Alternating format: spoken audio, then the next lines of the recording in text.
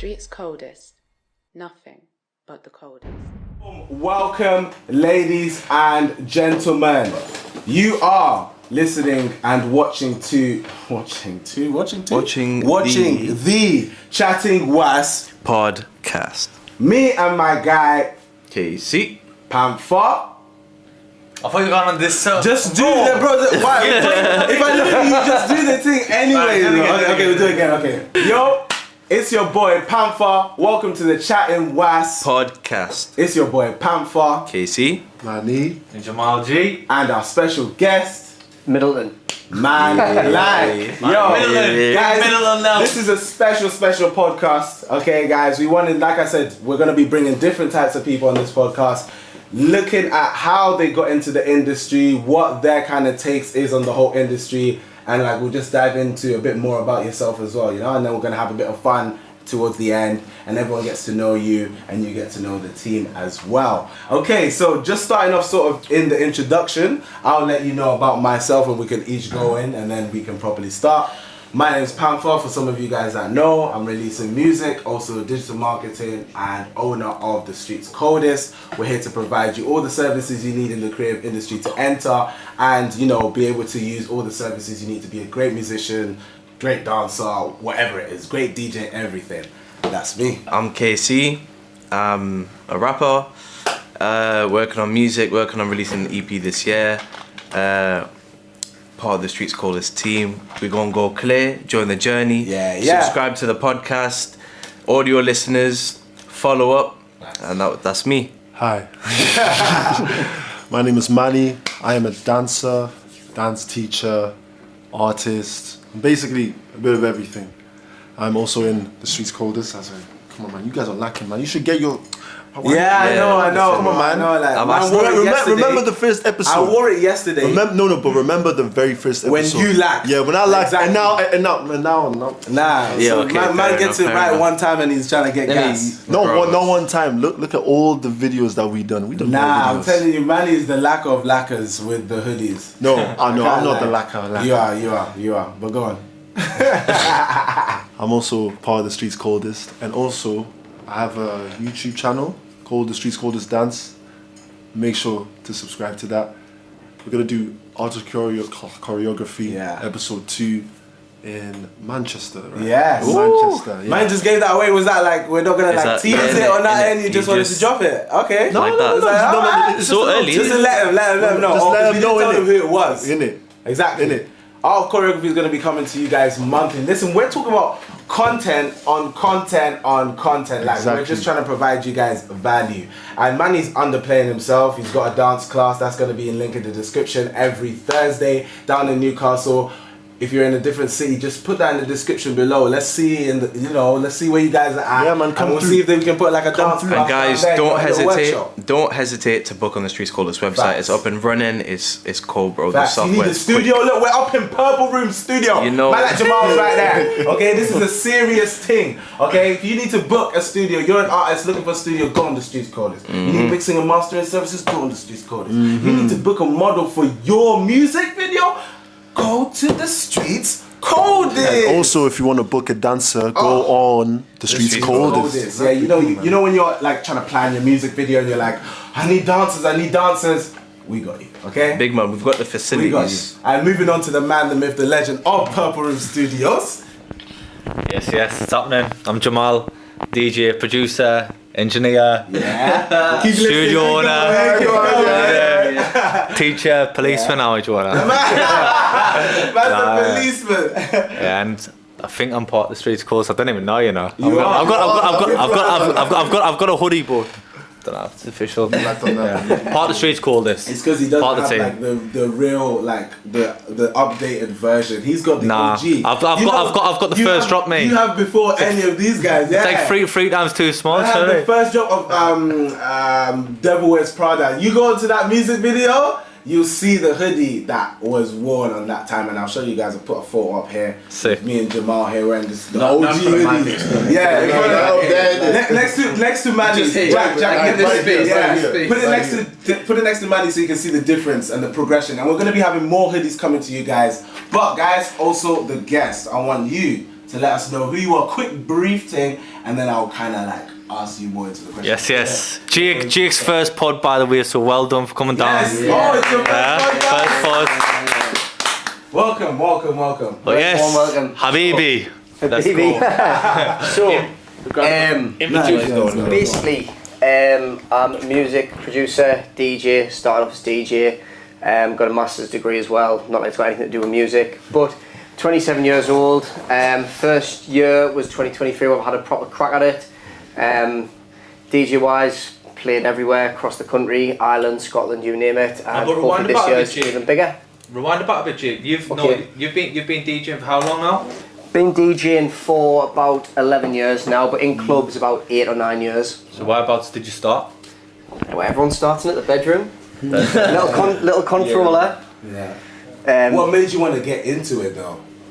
It was just like, I don't know, I started listening to trance music when I was like 14, 15 in school. So when you're like in your IT studio or whatever, doing your IT work, you put your headphones on, I was just blasting through YouTube. And then, so I got decks for my 16th birthday, and then I just went from there really.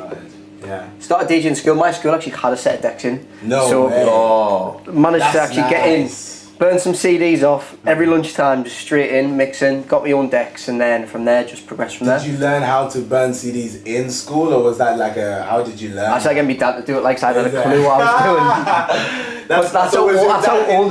that's how long ago we're talking, like burning CDs, like to actually. I had this like, conversation earlier on about obviously using Serato, like you start to burn the time code CDs, man, it was so long. I don't even know what that even means, bro. I'll be real with you. Like, so even computers even come with CD drives anymore, like, so it's like, what does that even mean? Like, what does burning into it? It's so long, man. It's like is it? Obviously, layman terms. like I started off R&B, so I was very software based on my laptop. Whereas obviously Jake and other house DJs and stuff, like it's like record box, USBs. You plug a USB straight in the decks, and then boom, you play your tracks. Obviously DJs, I mean R&B DJs will obviously plug it through a laptop. We'll have to run it through an interface, and obviously it's a bit of more of a long process. But a few years ago, say for example, you had your laptop here, right?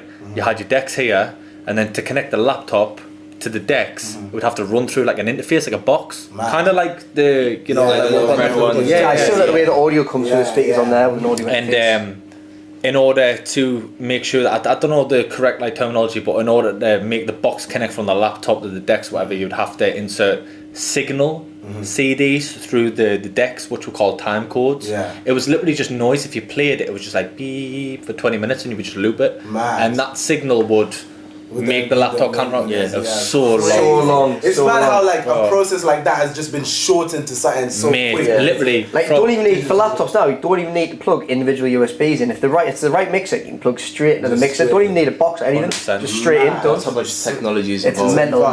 But Jake, anyways, first gig, good experiences, bad experiences. Tell us how it come about, what happened. Everything. Are you talking about like first live set out of the bedroom? Live set. How did you even get it? Right. So I'd say the first time playing in a club was an under 18 event. I think I was just maybe 4 or 5 months into being 16. Yeah. It was in the old Passion. Where? Room 2 Passion. I played it under 16. The BB Passion, the RV room. Why used to DJ? Playing in there, rocked up, right? And I used these certain decks in school, right? And I was so used to them. What decks is it? It was CDG 1000s, right? So they were still for the time. All right. You work with them.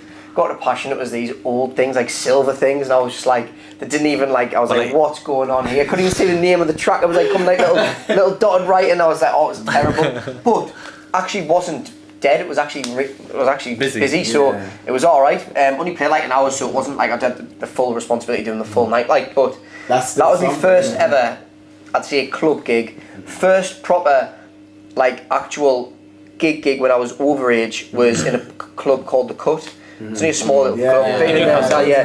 So played there. How old were you at this point? I was 19. So that was how long ago now? How old are you now? 26. 27 now. 27. So mad. A while ago, 2016 I think it was. And my friends ran a techno night there, and I basically DJ'd for the techno night, and it was really good. What night was it? What night was it? It was called Bleep. I was going to say it was a Bleep. It was Aaron's Wheels and that's the ones, Aaron's Wheels and that. So it was actually really good. started off that and then started getting into more.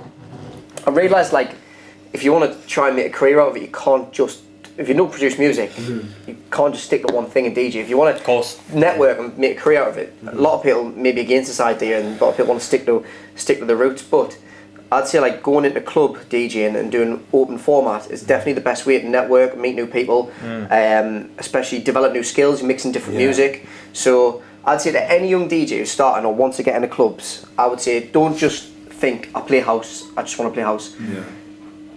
Go open format and play as many different any environments you can think of, bars, clubs, parties, weddings, do whatever you can, builds loads of experience. Is that your main genre, house music? So my artist name's Middleton Music, right? So that now is a direction that I'm taking from last year. It's like hard dance, techno, not really house. I did play a lot of house music before, is when I tried to be musically directed.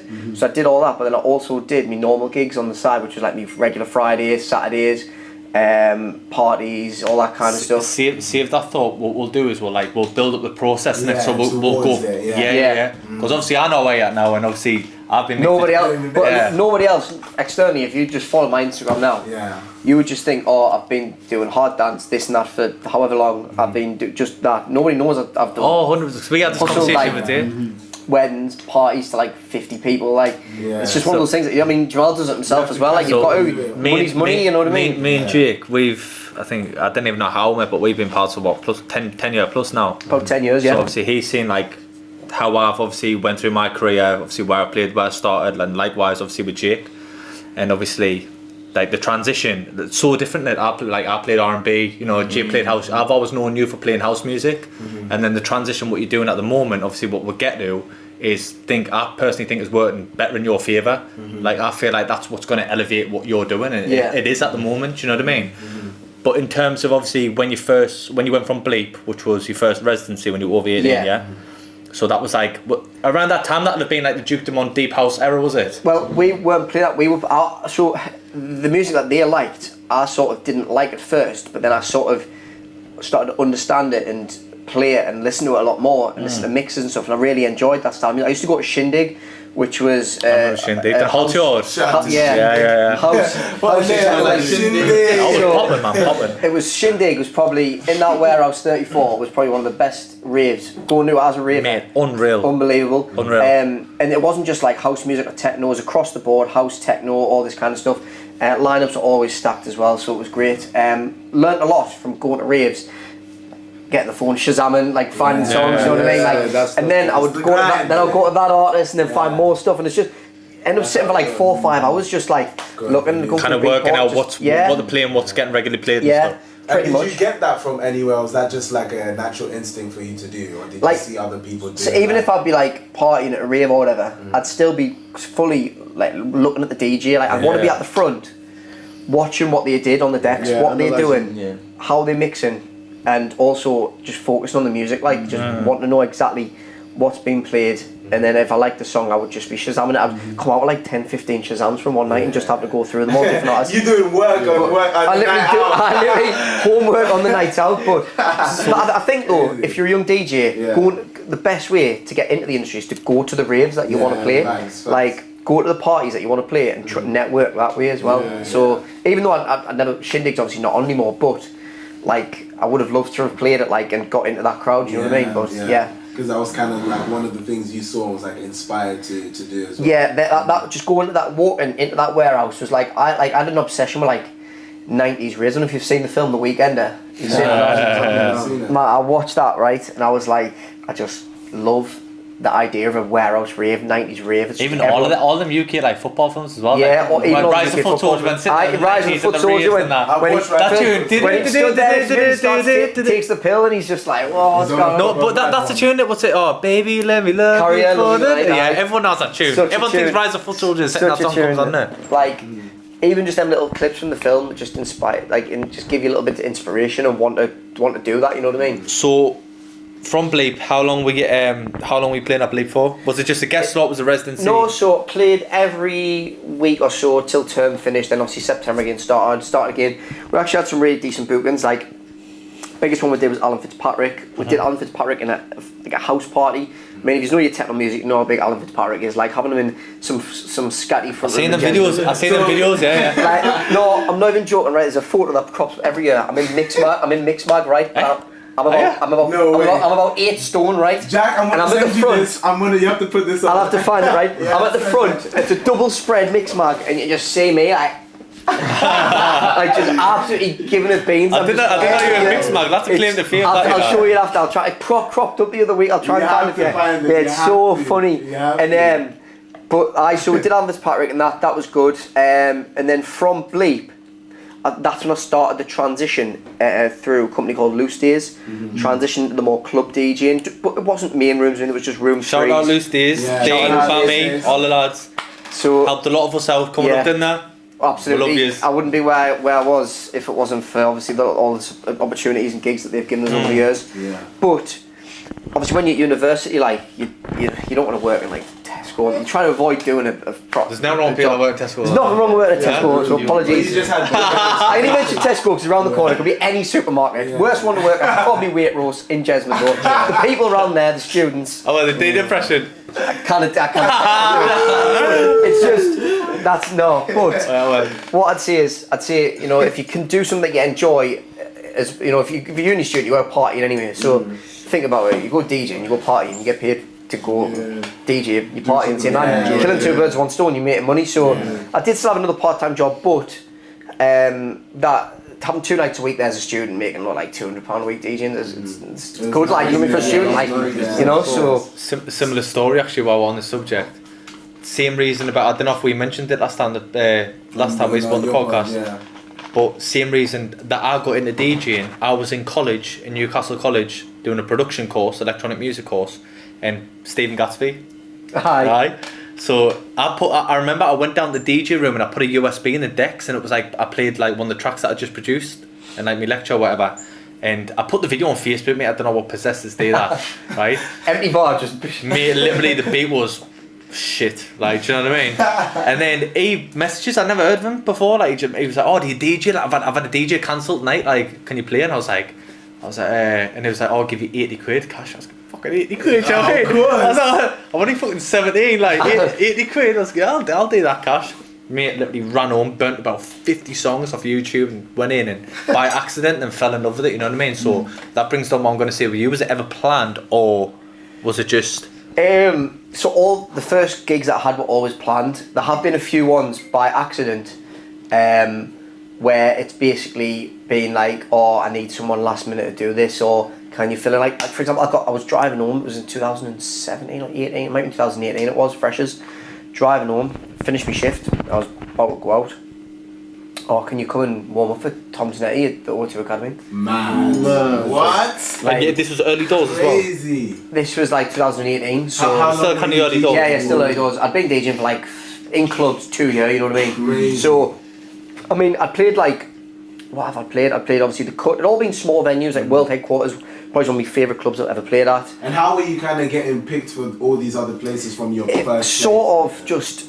Like I say, networking and just being genuinely just being nice to people and having conversations with people. Same with what you said, Jamal. Yeah, I think networking's key in the industry. Like, you can be a good DJ, you could be like a good DJ 30%, but 70% is networking. And it's not the stigma of who you know. It's definitely not. It's how you present yourself. Like, you want to be remembered, and like it comes natural. A lot of us DJs like at the minute when I DJ hard techno and stuff. A lot of people take the piss, like, but I take my top off when I DJs. Now, I did take the piss when you first did it. However, people think, why do you do it?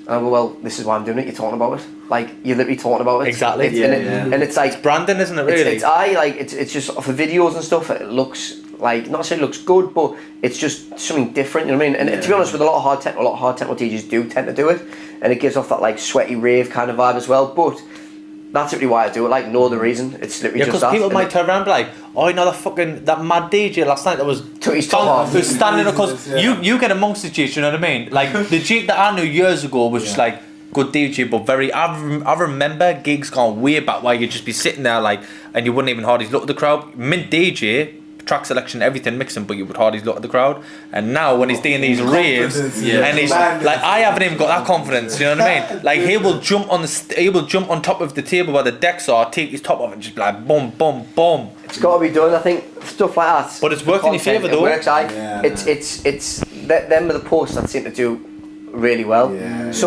everyone always says like, you know, fantastic music, be a good DJ, but if the personality behind the decks isn't necessarily there, the crowd can maybe not be as engaged. You know what I mean? People are like. At the end of the day, it's not just about playing music. And old school DJs will probably hate the saying this, but it's about being a performer. Like, we're entertainers. I understand Steve Aoki hoying fucking cakes, Victoria Sponge. Fair enough, right? But it gets people talking. Bro, I don't agree with it. But some of his most viral videos, I'll guarantee it'll be him in 5 seconds just chucking it. Won't even be him DJing, chucking the cake off someone's face. Literally, like they're the kind of things that stand out. And although it might not be the right thing, but it still stands out and it works for them. Like another one, he's the one that's making £50,000. Look, You know what I mean? Look, one of the biggest DJ personalities. Watch, I'll see if you can guess it. One of the biggest personalities of DJs at the moment, right? Who would you say? House techno scene. Personalities, right? Must be bad. I mean, it's hard to say really. It's not. Who do you think? So no, I know the answer. I want to see if you're on the same train of thought. So music, probably not. I'm thinking darker. I'm thinking darker techno. Like commercial tech house, right? Personality on Instagram, personality and good DJ, charting music. I don't know. I can't think who. Fisherman. Fisher. Fisher's a good example. Why though? His socials, videos, unbelievable. The ways behind the decks, the way he's just like so into everything, like active. People will sit there and slate it saying, "Oh, he's not DJing," but people don't understand. But the personality. DJing isn't a live production. It's mixing one song to the other. So you know, that 3 minutes while that song's playing, you can do whatever you want. Like get engaged with the crowd. When you're looking at these DJs, right, because you mix them for what, 20, 30 seconds, right? And you look at these DJs on these, and these little bit of advice here as well. When you're seeing these DJs, once they mix a song and then sitting there going, like that. They're doing nothing. It's just like, because they don't. It looks like touching them EQs, not doing anything. You can use effects and stuff, but when it comes to it, realistically, crowds are wanting to see the DJ, especially this day and age, TikTok ravers. People want you to act. It's bad as it sounds. Act daft. And as much as you maybe don't agree with it or don't want to do it, you have to just sometimes. You don't even necessarily have to act daft. You just got to sometimes put yourself out there and make yourself look like you're having the best time of your life, and the energy reflects on the crowd. That brings us to my next thing actually, because I've had this conversation with a couple of DJs recently, and to be honest, it's obviously not decent for the industry, but it's just the transition that we're moving into. It's like obviously Gen Z and obviously the new generation coming up. There's no attention span anymore. Oh yeah, it's very short. Same with so short, bro. Look, you've got TikTok shorts, YouTube shorts, attention span's gone. Now, industry wise, right, and you can let us know if you've came across this as well, because obviously I do a lot of student gigs as well now, obviously what you've did previously. You could play a song, right, and back in the day, if nobody liked the song, right, they would just ride it out, wait for the next song. You know exactly what I'm coming to, didn't you? You know exactly what I'm coming to, didn't you? Come back to the dance floor. Now, ready to go again. You tell me, right? You're playing in a student club, student bar. You play a song. Someone doesn't like to stand in front of you. What do they do? Hold the phone in front of you like that. That's polite. That is polite, bro. Right? Play a song. Say for example, you play a song, right? They're not liking it. They're looking at you, right? 5 seconds, like. And then they'll do this, they'll look at you and they'll go, my it is the worst God. thing ever. You can have like you're one of them guys. Bro, like no. When it comes to like me, I'm a dancer, bro. Like I like moving. If the song doesn't match with the next song, then but it matches though. But they just don't like it. I guess your point now, where you can play, especially it's student events, right? Now the ones I see at worst. It's not like house events, raves or anything. It doesn't really happen then. But it's your student events. Where you're playing mashup, right? So you can play a song that you maybe think would go off, whatever, and then you just see someone on the dance floor look at you and the face slowly scrunches up, and then as soon as that comes out, you're just like, what's going on? I'm not talking about that. I'm talking about like, when the song has been overplayed. You get what I'm saying? Right. When too long. When it's going for too long, or like when I go to this club again and they're still playing the same song that happened like last week. Like I'm trying to. No, I get that. something I get new, that, you me? and I think that when we go back to sort of as Jamal said, attention spans. I think a lot of the gigs that you play these days, especially if you're playing for students, it is literally 1.5 minutes of a song, 1 minute of a song, and then you're into the next song, in the next song. Just switch it so quickly. With what I'm doing musically moving forward, that's not an issue because I'm not going to be doing them student events anymore. But when I have done them in the past, that's what it's been like. It's been like a minute, 2 minutes, and you find yourself going through like nearly 250 tracks in a night. From like a 4-hour night, it's like 40 tracks, 40 tracks an hour, and you can get to like 200 tracks. Like, especially if you do like even longer nights, like 6 hours. It's like it's long. Which, so I'm glad I won't have to do them anymore. Like, and you know how you said that when you go to these student nights, you're playing like mashups and things like that. What do you feel that it's a genre that loads of people just seem to be bumping to? They just seem to be enjoying. I mean, realistically, yeah, it changes per crowd in Newcastle. You've got like your sort of Newcastle uni students, you've got your Northumbria students, and believe it or not, that actually makes a difference to what kind of music they prefer. Yeah. So, and it depends what event they go to, but let's just say you're playing a standard Friday night, playing mashup, right? I'd say the best tunes, the best reactions is probably like your 2010s to 2020s pop, R&B, like your Taylor Swift, your Katy Perry's, your Keshas, Pitbulls, like all that, Chris Brown, like all that. Yeah, it is. Eventually, like maybe 10 years ago, it would have been like Britney Spears, that kind of thing. That was like I did play a throwback event, so I played like a night called it's called Decade. So essentially, you go through the decades, start 80s, 90s. Nice. But, so you can still get like say Robbie Williams and stuff, and they might know it, but it's one of them where like 10 years ago that would have been like straight. But now it's like you feel a bit. Do I play it? Do I not? Yeah. And I think now as well, you've got to constantly update your library with stuff on the charts. I was going to say, TikTok stuff on the how charts. do you like identify then when the switch happens? Because it's like you go from some people loving to listen to like, let's say like old school ABBA, and people still love ABBA as well, but like there's certain like old school tracks that only like, let's say 30 and above would enjoy that underneath. I think after COVID, COVID sort of changed the dynamics of what you could possibly get away with on the dance floor in commercial mashup nights. Like, I think especially the cheesier stuff that would maybe go off to like, say, birthday parties, weddings, hen parties, that does not necessarily appeal to students. It's strange. Like, it honestly just depends. Like, it's mental. Like, and then what people like. For you, you know, you said you touched into how you kind of got that call and said, you know, you'll be on for Tom Zanetti. Is that when it was a turning point for you? Was that your breakthrough moment? What was your... I mean, I always sort of try to do them sort of gigs, big gigs where I supported DJs. Like I've played, in that year alone, I think I played with Camel Fat a couple of weeks after, played with Solado.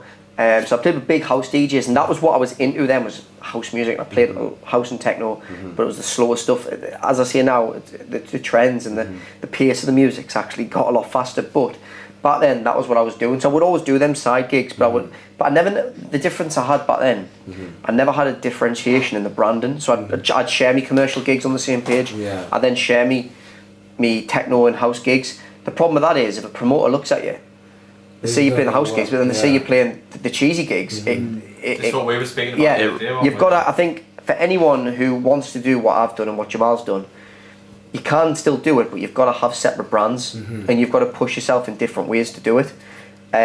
Which is what I'll get onto later when I talk about how I've got my new brand, Middleton. That's only been there since May, so it's quite a fresh thing, you know. But it's kicked off and it's worked really well. But yeah. You can perfectly touch into that, actually just slide yourself into. So you've said obviously it's important for DJs to sort of have their own branding depending on obviously the selection of music that they play.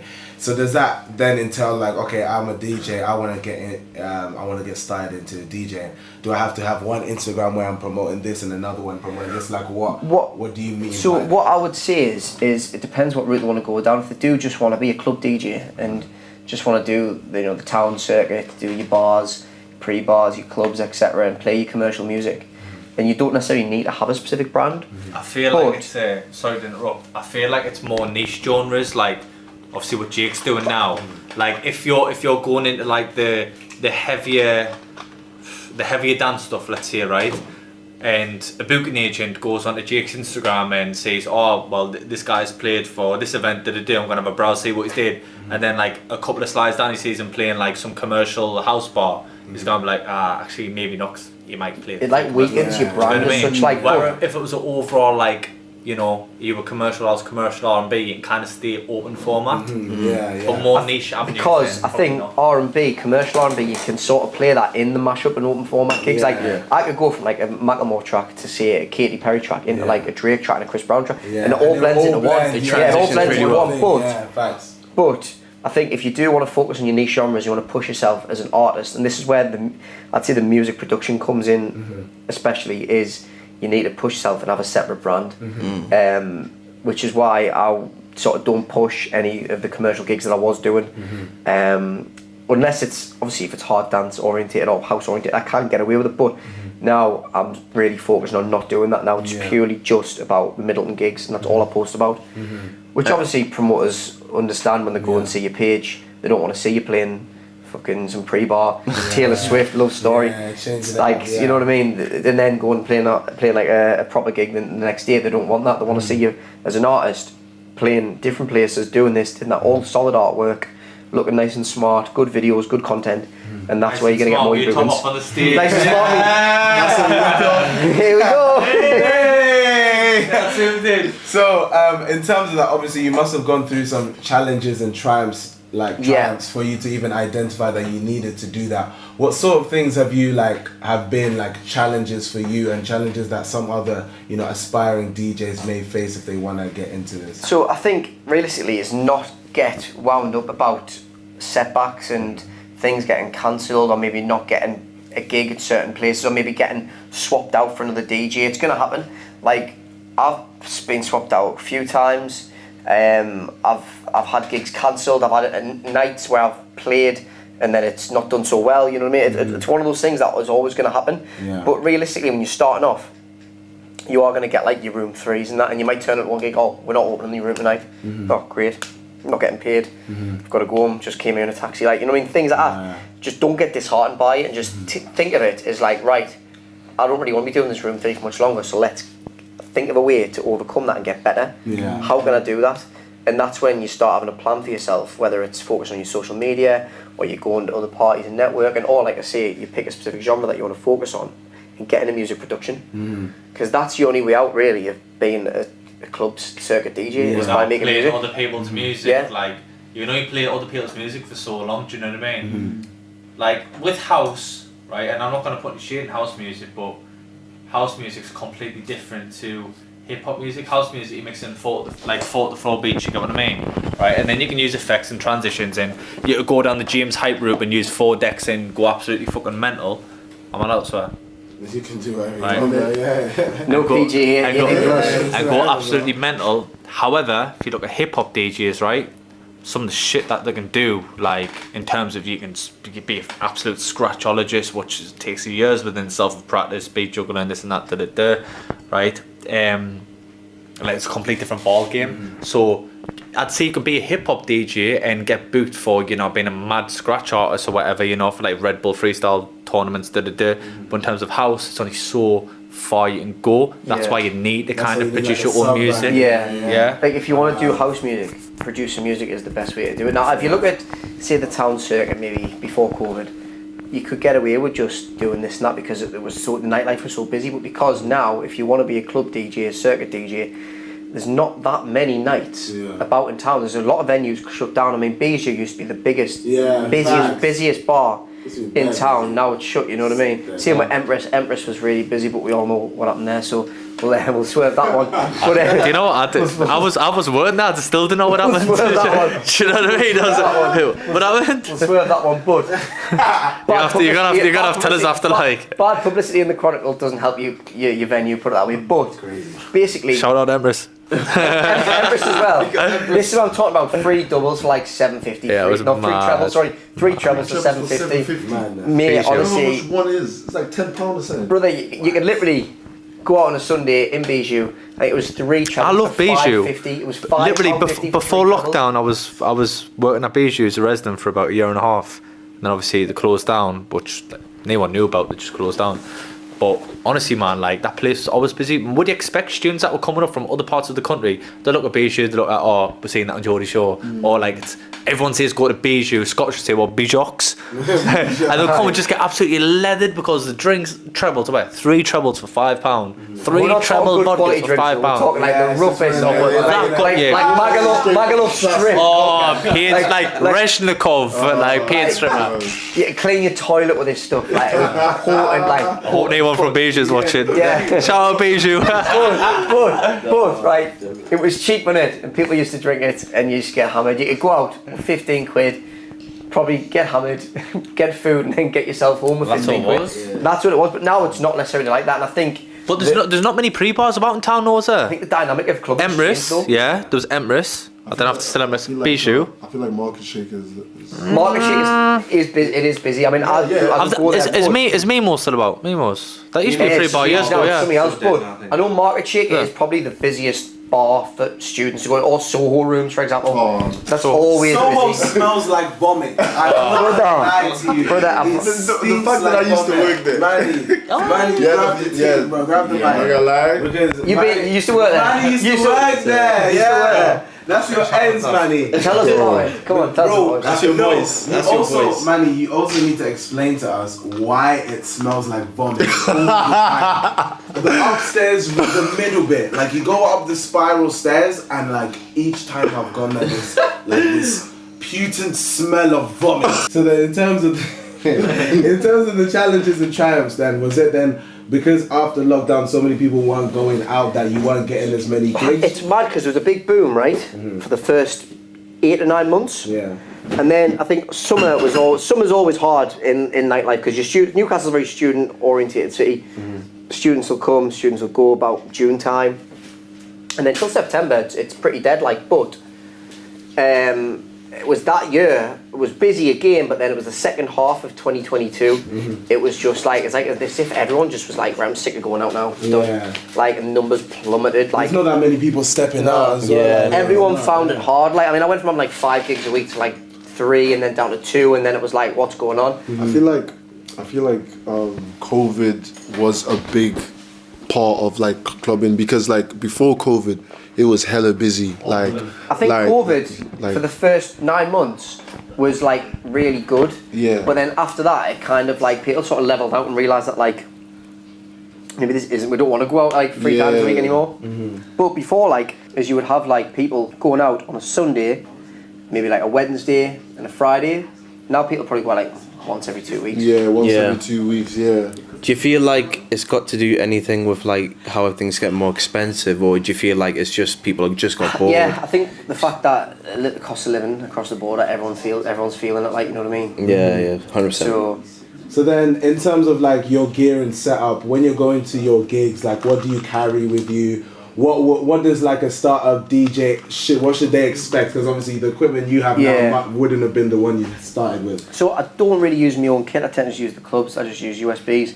A lot of the clubs, 99% of them, you clubs and bars, you need to turn up.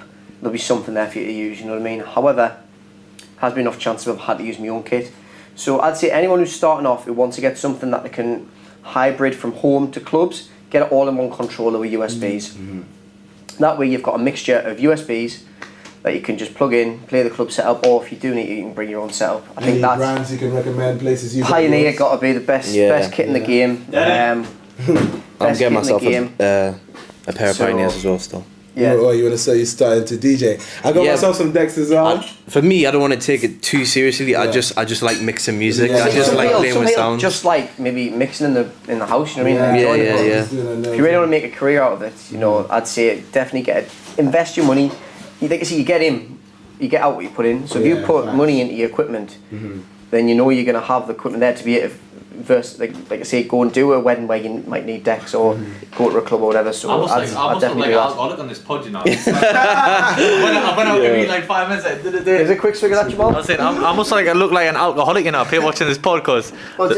The first one. When we were in Daps' place, shout out Daps. Yeah, shout out Daps. How big are these? It's like a 620 milliliter. Put it against your head. Show the cameras. Look at that. Yeah. That's a thumbnail. That's a thumbnail. So When we did the pod with Daps, he was all drinking water. I'm sitting there drinking Maggie's. Yeah. The last podcast, I'm the only one sitting there like alcoholic, raging alcoholic with a bottle of fucking Beamer ready down there like. The muscle watch cracked open about 3 bottles there. Yeah. I like the booze. So then, in terms of like sort of your music selection process when you're going to like an event and a club, what's your process and your creative process? So I split this into 2 parts. So if I'm doing, like I say, the commercial gigs, I have set playlists that I've spent hours and hours and hours and hours building. So I've had like, even Jamal's given us some like R&B. If I went, Jamal can just sort us out a few R&B tunes this gig, you know what I mean? They'll just send us them over. Same with like, if I'm doing like house music, whatever, I'll literally just make sure I've got to go through all the latest stuff, all the latest club hits, etc. But if I'm playing a Middleton set, which is what I do now, the selection process is a lot different. I'll sit on SoundCloud and I've got a lot of contacts in the industry where DJs will send us the stuff, or like if I ask them, they'll send us it. So it's kind of like I've got a lot of stuff I play in my Middleton sets. There's quite a lot of unreleased stuff. A lot of my stuff is mainly mine, but I do play a lot of unreleased DJ stuff, and I think the selection process is completely different than what it used to be. Whereas used to be I'd sit on a site, download loads of music. Now it's like I'll just message people, oh, can you send us that, can you send us that? Or people will be like, oh Jake, here's a new one for you, here's a new one for you. Get to the point now where people are actually sending us the music, so I don't even have to ask them for it. Like people who I'd maybe have asked like a year ago, they just know, would have just blanked us. Now they're like, oh, here's a new one for you. Like, so it's nice. And that goes back to the quotes on Instagram. I think I shared the other day. People won't support you until it's popular to support you. Facts. It's true. As soon as you get to the point where, I mean, obviously, if you, like I say, promote yourself as a very positive person, you network, and you're a nice person, and you make friends in the industry, then I'd say you can do it that way by building a relationship with them. But sometimes if you just message them back and forth on Instagram, best thing to do is, like I say, ask them for some stuff, get to talk to them, and eventually they'll just be like, oh, will you try that out for us, or will you play that for us? And that's the point that it gets to. So Jake, tell us about last year anyways. Obviously we've just started 2024. I think about that, was it 2024? 2024. So obviously 2023, obviously I know what you've been up to, but obviously let the people know. 2023 highlights. So I'd say start of 2023, I was actually going to quit DJing, rapping in, but then I did Stack City and Face Melter. They were the two, well, it was Stack City really at first. Tell us about Stack City. What's Stack City? Stack City, so at the time wasn't my friend, but now is my good friend Tom. Literally just a lad like me, but started off a brand in Liverpool. Hard dance rave brand. Now people weren't really doing this at the time. This is the first sort of TikTok brand trend that blew up massively. So he started doing that in Liverpool, sold it out with all the Irish students, had a big Irish following, and then started doing things Glasgow, Belfast. Like I'm talking like selling out like big gaffs, like 1,000, 2,000 capacity gaffs, like. And then wanted to come to Newcastle, so I met an MC called Luke, who's now my actual manager. Who runs Face Melter and Face Melter Shout out Luke. Which is what I'm signed to. Shout out Luke Crellin. So I'm signed to them now, and basically he bumped into Tom at a Daft Irish bar somewhere. He told us a story. He was out having a couple of drinks, went in, spoke to him and that, and then Tom messaged him saying, I know you got connections in Newcastle, can you get us in Newcastle? Luke went perfect, so that's when Face Melter started. So that was in February 2023, did my first one. Set is actually still on YouTube if anyone wants to watch it. It's a great laugh. What's it called? It's just Stack City, Riverside. Link in the description. And you'll see him with his top off. Yeah. However, this is the first time I took the top off at gigs properly. Is that like your go-to? The top off thing. Usually, now finish the podcast. We have to finish the podcast. Just chew. Now the top comes off a lot quicker. It was a bit. Took a while, but so we've done that, and then Tom actually said to us that the warm up, because I did the first 2 hours, was that good that he was happy with it. He then put us on his pretty much a Scottish tour, so I ended up playing. It was actually mad. So I played. I think it was Falkirk. I played Glasgow. Played Belfast, the Telegraph Building, which is like for people in Belfast. Like for anyone that doesn't know as well, like the Telegraph Building in Belfast, if you've played there, that's it. Like that's people that's like the, that is like the that's like top if top you're, tier. If you're a DJ and the venue you want to play in Belfast is the Telegraph. So I played the Telegraph. Played Aberdeen, which I'm playing again in a couple of weeks. Nice. My favourite club I've ever played in, Unit 51. Really? It's like a tunnel, right? And I swear to God, people stand on the side, crawl on top of each other, like Scottish are mad anyway, like the Scottish crowds are mad anyway. But can't wait to get back there again in a couple of weeks. I'm trying to think which other places I've played. I think that was it mainly for the Stack Cities. I did like Aberdeen, Falkirk, Glasgow, played 2 dates in Glasgow, Belfast. So I did like kind of like a Scottish kind of tour and played Belfast as well. But then when I started doing that, we had another Newcastle one coming up, and I just started producing, and I made bits and pieces like 3-4 years ago, then stopped. Started getting into it again, and it's like learning literally to ride a bike again. It's like, you know, you've just got to crack on and get it done. Obviously you can still do it to a certain extent, but you're not very good at it. So had lessons, blah de blah, and then literally highlights would be the first Stack City in February. Then went on to was going to be Loose Fest. Now, obviously disappointed that the festival couldn't go ahead. Oh, that was disappointing. It was set to be. The weather was horrible. Yeah, that day, honestly, it was like my Shrek Swamp. God. Like, I mean, I had a look around the site when I turned up because I was on first in this tent, and I mean, even the tent that I was going into, the fucking roof, some fella on the fucking little thingy trying to tie the fucking roof back because it was blown off, and obviously the ground was fucked. Like, so obviously you have to understand people's health and safety had to be called off. Like, you know what I mean, but. On the flip side of that, the promoters managed to turn around quickly, get the likes of Shaq down on the Saturday and fill in Digi and fill the full club, fill clubs across the city. So I ended up playing with my mate Surridge. We both jumped on. I think it was about 2.5. I think we played 2.5 hours, 3 hours before Shaq. And honestly, I've never seen a club so full at like 5 in the afternoon. I'm talking like round. I remember that, man. It's mental. Like, yeah, we was about that night. Honestly, it was mental. We were about that night. Yeah. Well, I was getting ready as well, so obviously I was meant to play with her. So when we were obviously getting ready and 12 o'clock in the afternoon, we're all minibuses through Newcastle, but that's the thing though, promoters were all ringing all DJs. Yeah, they're literally straight on the cases, trying to get people to fill the venues. That was in Bohemia for me for a few hours or something. Honestly, every single venue was full pretty much across the town because people come from all over the place, like one all over. How pissed would you be? Will get in. Oh well. Man, like Will. That's a good. Oh well, get in. Man was busy cuddling and that. He's got red hair. So shout out to Will. He's been literally sleeping in the recording booth. He's been the floor curl though. But Will, or should I say Etch, he's a DJ, producer as well. Obviously, mine and Jake's good friend. Ton the guy, obviously, want to chat out his socials, link all them at the end. But we'll just get him in the party. Just woke up. See you want to come in, get involved. So then obviously yourself. We're saying I'm Will. I'm a DJ in Newcastle. I'm 23 now. Been DJing for the last 4 years, just in clubs in Newcastle. Met Jake a couple of years ago DJing. Became good friends now. We produced together at the same time now. Jake blowing up now. Doing really well. Can't wait to see what he's doing. My man Will. Man like Will. Anyhow, as we were saying, back to the Loose Fest weekend. End up filling the clubs, and on the Sunday as well. We had a face melt event on the Sunday with Billy Gillies, as you know. DNA is in the number 9 in the charts, something blown up. I know Billy quite well. Played him a few times. Played him like 3 times now. So he was headlining. So that event was doing well anyway. But then as soon as the event got cancelled, that was like the only official event on that weekend, so the tickets were like nearly like 1,500 after like a couple of hours of it just being cancelled. But obviously everywhere was full, and we'd done that face melt, and that was a highlight as well. Like I played actually 3 times that night. I played after Ian Van Dahl, I played before Ollie James, and I played back to back with Ollie James, and then I closed again after Billy. So I played like 3 sets. Yeah, I was active that night, but it was good. That was unreal. Other highlight as well, the event that we've just had for New Year's Eve.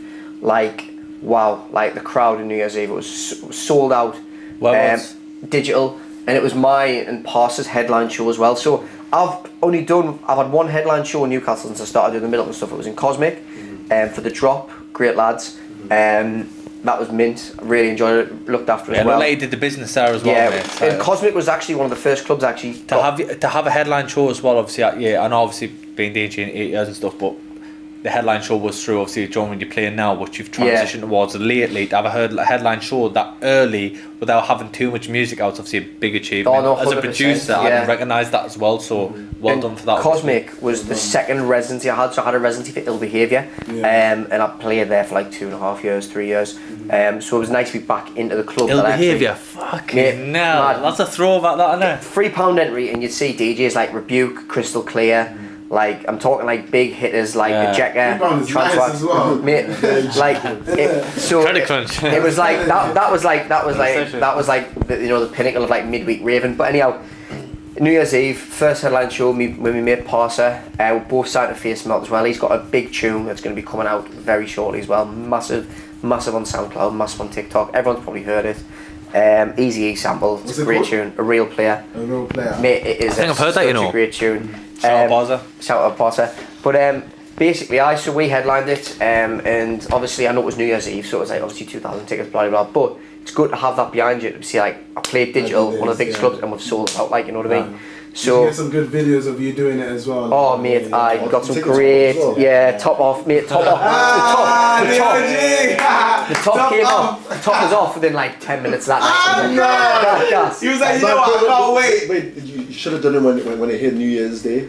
I think it might have been off just after that. 9, 8, 7. Top's staying on at the minute. It's got a bit of Christmas weird.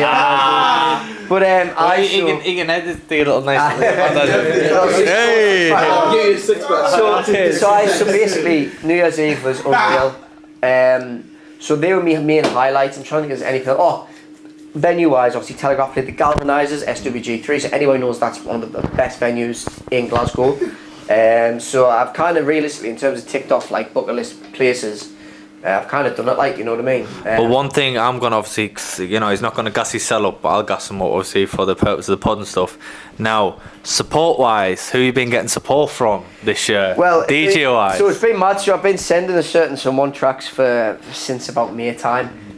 Just pinging other tracks, and to be honest, she's blown up massively last year herself. Like probably is the most in-demand DJ currently in the UK. I'd say apart from like obviously you got Ben Hemsley, but this person breakthrough DJ, yeah. Much. And she's honestly, in terms of she's had tracking the charts. She's Who is been it? managed Hannah everyone Hannah right? See, as if I'm like trying to keep it fair. Everyone was Hannah right? So she's supporting you at the moment, yeah? Support me music, pushing us as an artist now as well. So I did a track with these lads called Keen Roy in the summer. That was originally going to be signed, I believe, to Woo Good, but it's going on Hannah's label.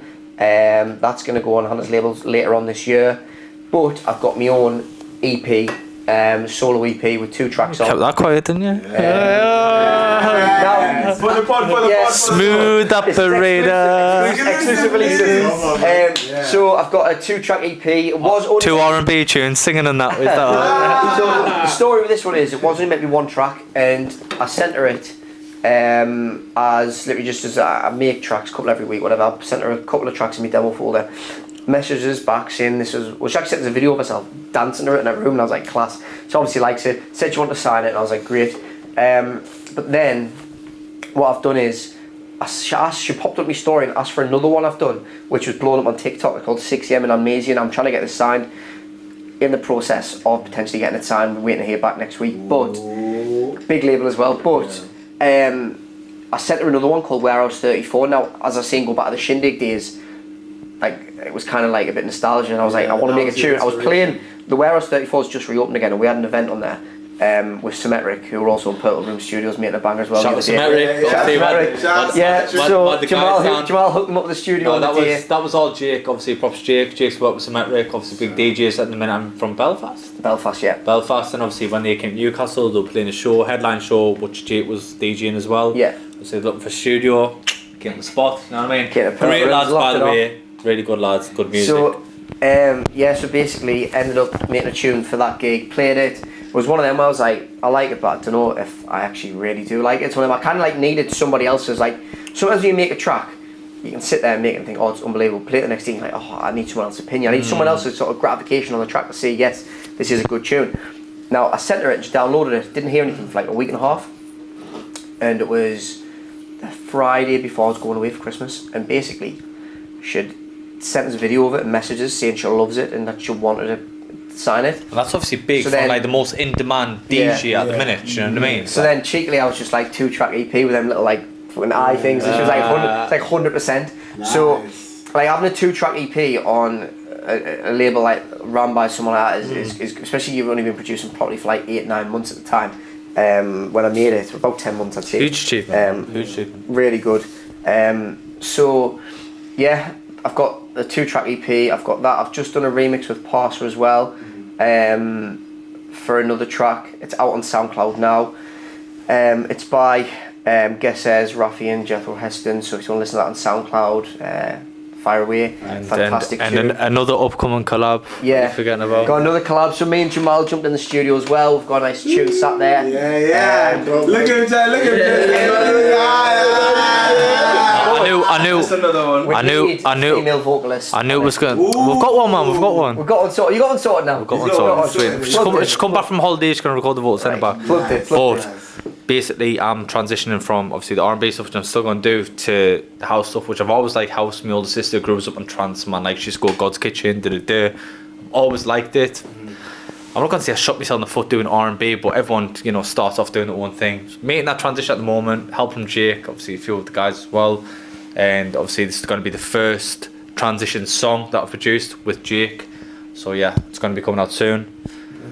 Yes. Big commercial for Yeah. Jake, But sees it. I think at the minute, across the board, hard dance, you can kind of make whatever you want, and it's all massed into one. But you do have the darker, hard techno side, which I think I am going to start. Like the one pushing that you into. ever spent. Like I made the one with my mate Spencer, and honestly, we made it as just to make. He messaged us saying, "I want to make a hard dance song," and I was like, "Right, let's make a hard techno song." Demonic that, And it's called PTSD for a reason. Man, you listen to it and it scares you. But in a club, in a dark club, It goes mad with the that'll lights. work. Crazy. The lights, yeah. So that's finished now. We're gonna send that out to a few people and see what we can do with that. But apart from other tracks, I've got a track on Stack City Records, which is he's relaunching the label at some point this year, February I think it is.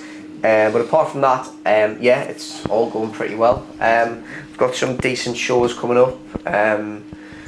Like I say, I'm in Leeds next Friday and straight up to Aberdeen, so I've got a double header. I've been booked for Carlisle with Billy Gillies and Kimmich. Sick. I'm then playing with Kimmich as well in Newcastle, start of Feb. So that's with Face Melter and Subterra, so I'm playing with them again. Great lads, by the way, for supporting us loads as well. And then playing in Belfast, it's a club called Thompson's, I think it is, but it's not announced yet. But I'm playing that in February. I can't remember what date it is, but it's in February. And then I think in March, got a big headline, a big support show for a certain someone who's playing in Newcastle. Tell us. And keep it under wraps. Tell us. Everyone guess who it is, but I'm keeping it under wraps because it's not announced yet. I can't announce it. Tell us. But it will be announced in the next couple of weeks. Follow them on Instagram if you want to find out. Follow me on Instagram. Keep an eye. But Yeah, we'll link Jake's socials below, obviously, after. But it is already sold out, so if you haven't got a ticket, there's nothing I can do about it. So, obviously, you've got a big year ahead. Or Jakey, obviously proud of him, like he's like a proud uncle. Do you know what I mean? Uncle status. Uncle. So obviously, Jake's got a big year coming up. Obviously, everyone supporting him locally. Proud of what he's doing. Absolutely smashing the scene at the moment. Advice for any younger DJs, up and coming DJs. Obviously, a lot of them follow you, and a lot of them ask you for advice. They're watching what you do. You may be playing with them. They might be warming up for you. What advice would you give to any aspiring DJs? Not necessarily in just your genre that you play, but in DJing in general. Would you give? I'd say first thing is learn your skill and master your skill before you try and step out and try and put yourself out of your comfort zone, but try and really master your skill, master your talents and what you want to do and how you do things. Do a lot of research, like sitting on YouTube.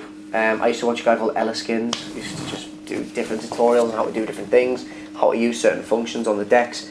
I would 100% sit and do your research. Now, obviously, you might think, oh, to get me decks set up, play them, blah, blah, blah. My advice literally is to just do the research into what you want to know, how to do certain things, and then practice them. It's all about practice. It's literally practice. I used to practice for about an hour and a half, 2 hours every single day. Even just mixing the same couple of songs together.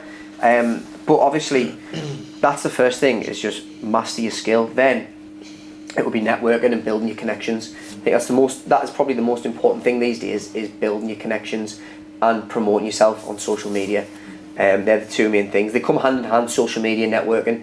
You go network with someone, you sit and have a conversation with someone, you don't give them your business card, you say, oh, this is me Instagram, this is me me Facebook, whatever, this is whatever, me Twitter or me TikTok. And that's how you then build your network, because then they're like, oh, I need a cover DJ for tonight, can you fill in? And then there's your foot sort of in the door.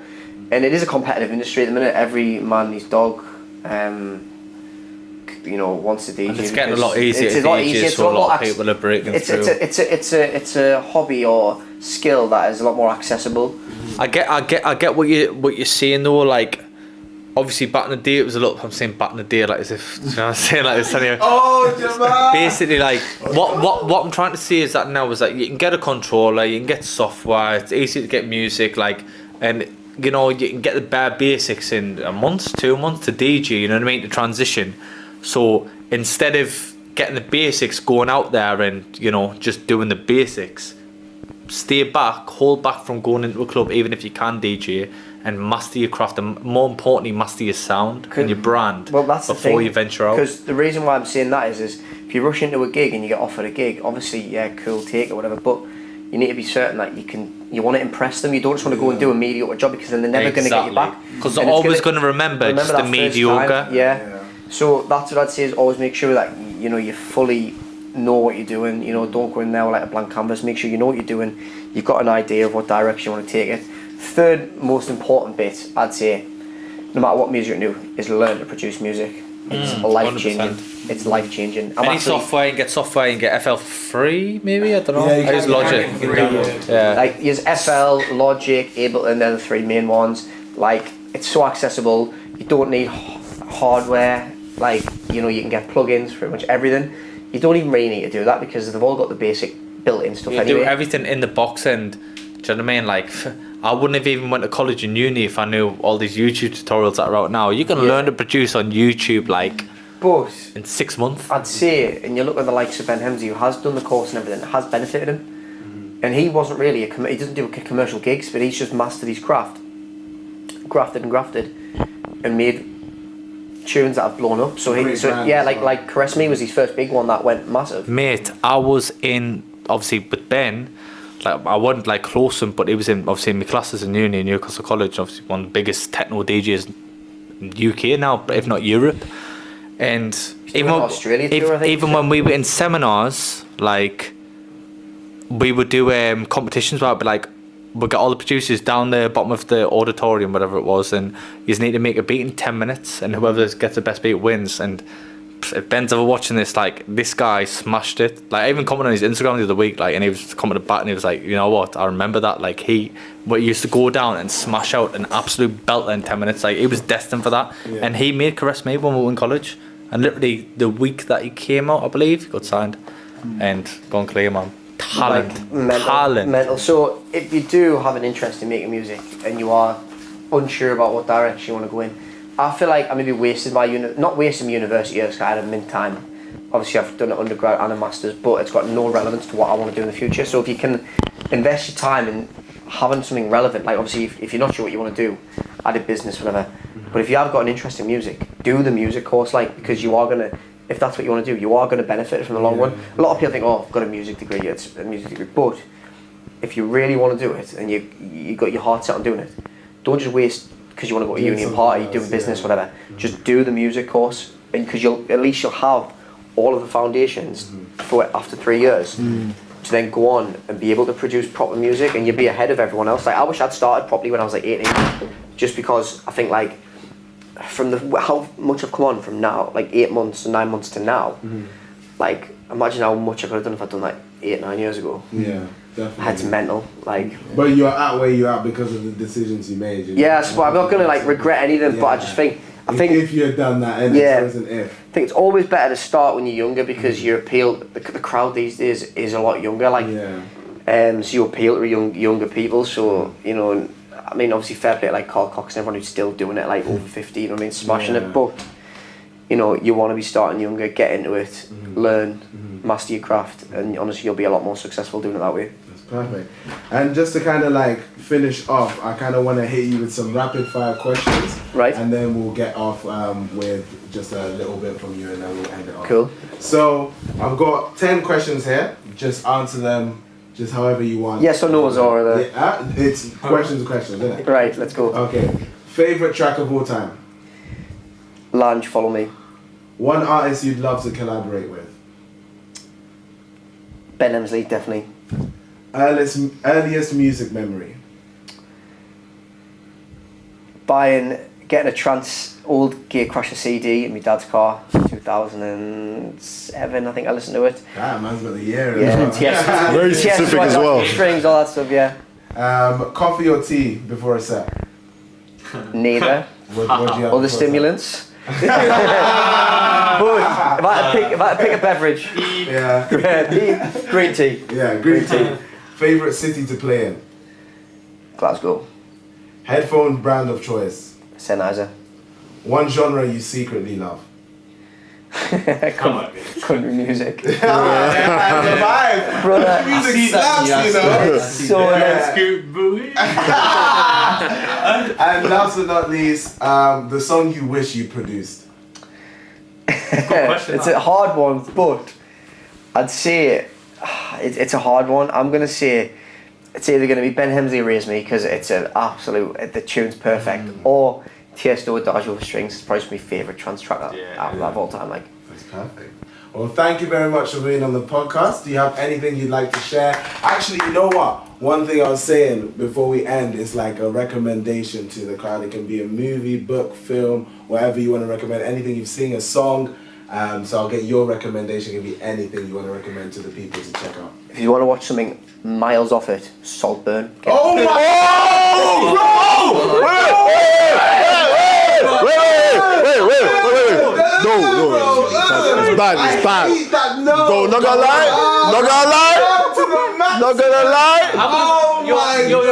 I'm gonna start the night. Is it good or not? Bro, watch it, find it. Watch it, find out. Bro, just watch it and find out, bro. Call me as soon as you finish. Brother, you're gonna have to have counselling whilst you watch it. Exactly. Heavy. Like, bro. All I'm gonna say. The main actor is unbelievable. Yeah, he's good. He's good. Great actor. All I'm gonna say. Yeah. All I'm gonna say is there's this bathtub scene. Yeah. Bro, that's That's all I can say. That's all I can say. That's all I can say. Just watch it. Do you want a sneak peek of the bathtub? No. Let him watch it. Let him watch it. So Saltburn is yours. You know what? That was actually going to be mine as well. Same exact thing. I'd say for mine, I watched the Cat Williams podcast. I don't know if any of you guys watched that. Bro, I'd like.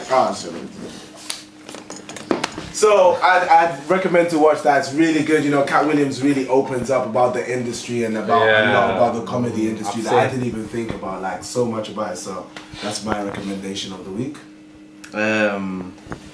Oh yeah, thank you, sir. I obviously like watching thrillers and stuff, so me, Manny and Pxnther watched some film. What was it even called, bro? I was asleep, bro. You were lacking. The film was, he was Shattered. That's what Shattered, yeah. Was it Jason Statham? Wait. Are you talking about Jason Statham one or the The psycho girl, the blonde hair. yes, Shattered. Yeah, Shattered. Yeah, it's the storyline was just interesting to me. Obviously, the actors in it were really good. Bro, like, it's a madness, really. right? This film, right? This woman is stalking this rich guy for like 6 months, right? And then she randomly bumps into him one time and she's like, oh, I had a fight with my roommate and I can't like get home. And then he's like, okay, I'll drop you off. So then as he's dropping off, she's like, oh, I'm really scared to go in, blah, blah, blah. Basically trying to get back to his yard, right? So he doesn't even know she's been watching, right? So boom, he says, okay, I'll drive you back to mine. So he drives back. Bro, this girl basically does all of these steps to like get him like basically like disabled and he's like broke his leg, right? So man's in a wheelchair. And then she's like slowly like feeding him medicine to not get better. And then afterwards she's like, listen, you're gonna take out all the money in your bank account or I'm gonna drill into your foot. and she just gets to drill into it. Just into it like that. Bro, it's crazy. Well, that sounds worse than Saltburn. Saltburn's just a different type of. Yeah. Saltburn. Don't compare. It's tapped. Yeah, but that's my recommendation. Will, what's yours? That was my recommendation, actually. You just stole it. That is my recommendation. Yeah, for real. That's a good one. But yeah, she's just proper beautiful, and she's proper just. She was like, it's just killing this guy, bro. I would fall for it as well. Mate, there's a bit in it, Is right? it worth taking a drill to Because the she does it. No, Yeah. She does it so like perfectly. Like she sets it up where like they go out on a date, and then she like she pays some guy to break his foot with a crowbar, like pretend to break into his car. So he's like, hey, like what are you doing to my car? And then he just gets a crowbar and just starts whacking his leg. And then she's like, oh! But the whole time she planned the whole thing, bro. That's some serious like psychopath. And the thing is, she fucked him as well. Like, there's scenes where they're fucking passionately. On the first night she's like, I love you. Like, and he dies for Nyash. And what the funny thing about the whole thing is that he's like a security guy. Like, he's a billionaire from selling his security company. So he's supposed to be top, but she just like rinses him of all his money. She transfers everything. They chopped off his fingers so that they could go into his safe. It's mad. And at the end, you just find out like her mum died, right? And the whole time she's had a stepdad, and she really like loves her stepdad. Like they're doing some mad type of Game of Thrones Pornhub type relationship. Some mad side quest. Hey, stepdad. That's what you like to watch. Serious side quest, that isn't it? Yeah, that's a good recommendation. Will? What are you, bro? I'm unsure if it's came out yet, but there's something I want to see. There's a new edition of Rise of the Foot Soldier coming out. I don't know if it's came out yet. It's called Rise of the Foot. Yeah, it's about 10 now. No, can't be good anymore. But there's a new one. That Tate sniffed that much cocaine. Like, what I know, I'm surprised he's still alive. I know there's a new one coming out. Every scene is just him racking them up, and it's like, where's the film going? I know there's a new one coming out, so I don't know if it's came out. It's called Rise of the Foot Soldier Vengeance. Unsure if it's came out yet, but something I really need to see. Probably the 10th one now. Second one, best one. First one's unreal. Was like believable. Like it was like that could happen. Yeah. And now it's starting to like push the boat out a little bit. It goes way too far. It's going a bit. It was going a bit far after the next 6 of them. Like the more beer one, bro. Like, yeah, no. Come on. No, I'm still gonna watch it when I get in because it's a great film. It's always a good one to go back to. Realistic, like it's just madness. Madness happens. It's just a madness. Oh, and that's my recommendation. Manny? I think my recommendation is Gone Girl. Gone Girl. Gone Girl. That one's mad. I thought it was a chick from Saltburn. She's in Gone Girl. that's what I was listening to. I thought it was a chick flick by the name, right? And then I seen those people back around saying, "Oh, watch Gone Girl." And I was like, "Isn't that like some like teenage chick flick film?" Or Nah, bro, it's twisted, you know. But then I went to play it a few weeks ago, and then when I loaded up, it was like sinister behavior. It was like 3 hours long. So like after 10 minutes, I was like, nah. Nah, bro, it's worth it. You know? It's worth it. Like basically for a few weeks as well. There's a few things. Like basically 3 series, isn't there? Or 2? It's a film, man. It's a film. Yeah. Oh, but speaking of series, The Boys. The Boys. Bro, you guys need to watch it. No, it's The Boys. Cold. Bro, watch The Boys. It's like if superheroes were like, if the superheroes were real in this real life. What you mean? You don't watch superhero thing? No. Nah, bro, trust me. If you watch the first episode, you will be like, yeah. Like this cringy, the Avengers type thing. No, bro, This is tact. This is like It's not Wonder Woman. If superheroes were realistic, like if they had egos and they were human. Like if someone actually had the power and knew they could just fuck lasers up, like they'd fuck people up, bro. Yeah, I'm not gonna explain it to you. Bro, you should definitely watch it. Bro, trust me. Watch the first episode and then watch the first episode. Why are you getting so angry for? 10 minutes. Why are you getting so angry? Because you're the type Why are you getting so angry for? Watch anime and be like, it's cartoons. I can tell you're them type of people, bro. You have to give it a watch and then say. Watch one episode. Yeah, and then you'll see it. First 10 minutes. Okay. My recommendation: 1,010%. Kin. What's that? No one. Nah. Oh my god. Get home, watch Kin. TV series or film? Like Top Boy. Yeah. It's the Irish Top Boy. Irish Top. It is Involved unbelievable. Kinnan cartel. Nah. So the actors, I think they won some like mad like nomination for like the acting is unreal. It's basically about an Irish family in Dublin, yeah. And it's a full family, obviously the mum, the dad. It's a bit twisted. Like the dad's got about like 10 kids, all different mums. But anyways, all basically like cartel.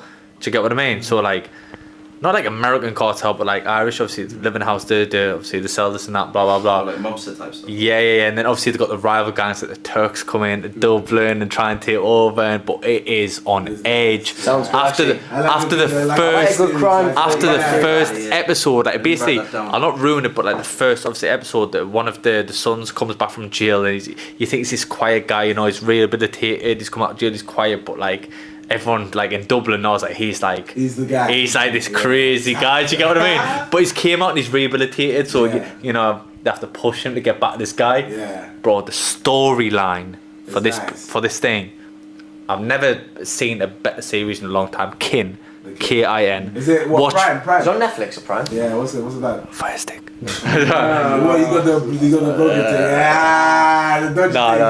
Obviously, it's Irishness. So it's Irish, like it's Irish TV. BBC iPlayer. Yeah, whatever. Have you seen it? No. But just search it. Kin. Listen, you won't be disappointed. One episode a night. I guarantee you'll finish it in the next 3 days. It's one of them ones. 100%. Okay. But yeah, Jakey, thank you for coming down. Love, bro. Look forward to seeing what you got coming for the following year. Yeah. Obviously, when I go and do your business. 100%. Thank you, bro. Coming down. It's been a pleasure. It's been your boy Pxnther, Kaycee, Will. Manny. Jamal. Middleton. and we'll catch you later on the Chattin podcast. The street's coldest. Nothing but the coldest.